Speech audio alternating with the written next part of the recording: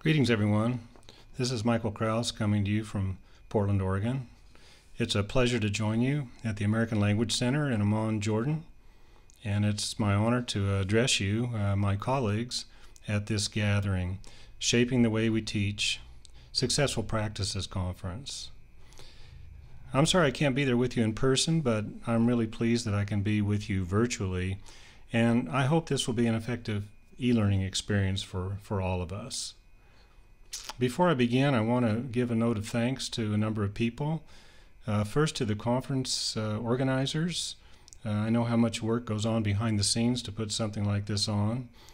Special thanks to Sandra Morar, the director of the American Language Center. I want to thank Rick Rosenberg, the regional English language officer there, and he's the person that's my human connection down there. And I'm also appreciative of the support given by Rick's assistant, Sawal Rehani, who has helped me a number of times in the past.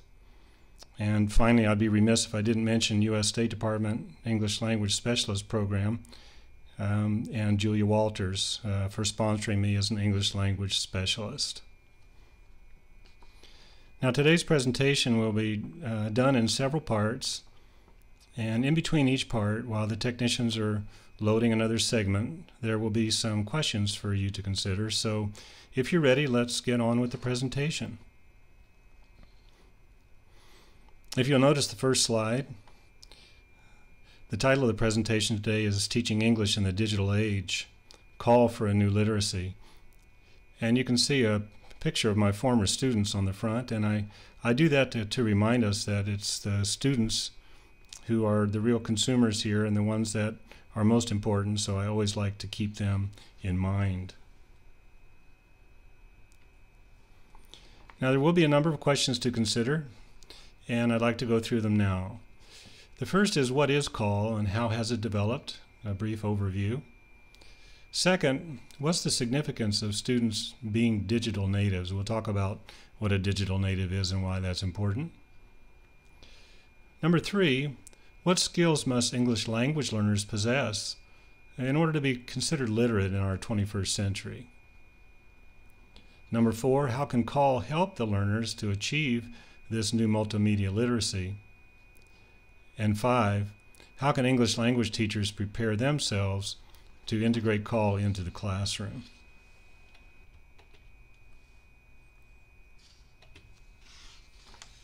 So let's first look at some definitions of CALL.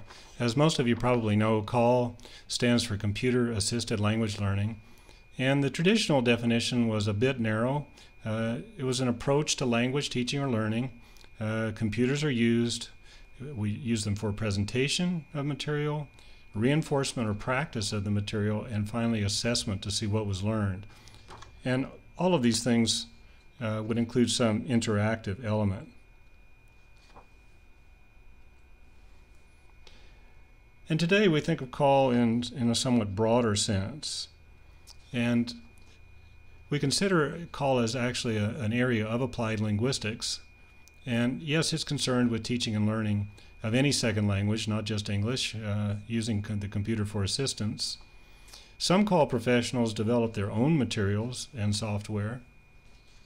And some CALL professionals also do research in areas such as how learners work with CALL, the effectiveness of CALL, pedagogical and sociological implications of CALL. For example, the digital divide, researching into the implications of some groups having more access to computers than others.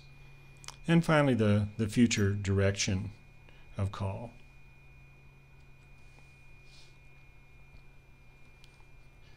So let's take a look here at some of the origins, and I can tell you that I'm 57 years old, and maybe you think that the computer I use looks like the one that you see in your picture now, but I'm not that old.